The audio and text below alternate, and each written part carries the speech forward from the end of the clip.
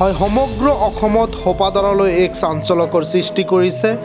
ইতিমধ্যে ছ'চিয়েল মিডিয়াত এটি প্ৰচাৰ হৈ আছে, ভালেমান ঠাইত প্ৰচাৰ হৈ আছে যে সোপাধৰা মানে কণ সৰু সৰু ল'ৰা ছোৱালীবিলাকক অচিনাকি লোকবিলাকে মানে লৈ যায়।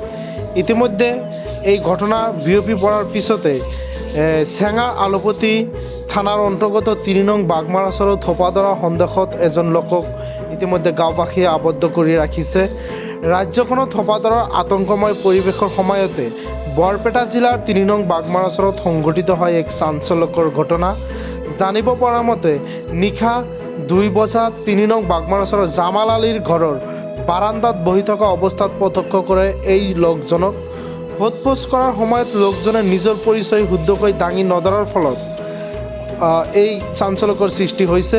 ইতিমধ্যে বিষয়টো লৈ আলুপতিচৰ আৰক্ষী থানাক খবৰ দিয়াত আৰক্ষীয়ে ব্যক্তিজনলৈ থানালৈ লৈ যায়। News desk report any time.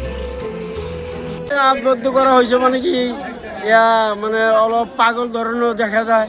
কিছুমানে সন্দেহ কৰি আছে এই সময়ত মানে আমি নিউজত চাই আছো কিবা মানুহ উঠাই লৈ আছে, এনেকুৱা খবৰ পাইছোঁ। সেই হিচাপত কিছুমানে এতিয়া সন্দেহ কৰি আছে পাগল বুলি, কিছুমানে এটা মানে আৰু বেলেগ ধৰণৰ ভাবি আছে মানে মানুহ উঠাই লোৱাৰ কাৰণে আহিছে নেকি, এনেকুৱা দুটা তৰফ হৈ আছে। আপোনালোকে সোধ-পোছ কৰিছিল নে? আমি এনেকৈ সুধিছোঁ, তাৰ ঠিকনাটো সি ভালকৈ ক'ব নাজানে। তাৰ ঠিকনাটা এতিয়া একবাৰ কৈ আছে আমি হাৰচিঙিবাৰী মানুহ, আৰু একবাৰ কিবা এটা জেগাৰ নাম কল হা, কিন্তু ডিষ্ট্ৰিক্ট কয় সেইটাও কয় ডিষ্ট্ৰিক্ট হাৰচিঙিবাৰী, এনেকুৱা উল্টা পাল্টা কৰি থাকে সেই মানুহজন। কিন্তু মোৰ ধাৰণা যেতিয়া বাতৰি ওলাইছে সেই বাতৰি মতে এই মানুহজন সেনেকুৱা নহয়, এতিয়া অলপ সাৱধান ধৰণৰ মানুহটাই হ'ব লাগে। এতিয়া কি কৰিব? এতিয়া ৰাইজে কি কৰে মানে এতিয়া পুলিচৰ ওচৰত দিব লাগিব, নহ'লে বহুত মানুহ জমা হৈছে ইয়াতে, মানুহৰ কিবা এটা চেণ্টিমিটাৰ বেলেগ হ'বও পাৰে। তাৰমানে আমি ইফালে গোৱালপাৰা, মন্দিয়া, বৰপেটা, অভয়পুৰ কিবা কিবি শুনি আছোঁ, নিউজতো শুনি আছোঁ। সেই হিচাপত এটা আমাৰ মানে ভয় হৈছে, আৰু ইমান মানুহ আহিছে, মানুহ যদি কিবা চেণ্টিমিটাৰ হৈ যায় মানুহটা মাৰিবও পাৰে। সেইকাৰণে মানুহটা এতিয়া পুলিচকো দিব লাগে নেকি। আপোনাৰ ঘৰ ক'ত? ঘৰ ৩ নম্বৰ বাগমাৰা আছে।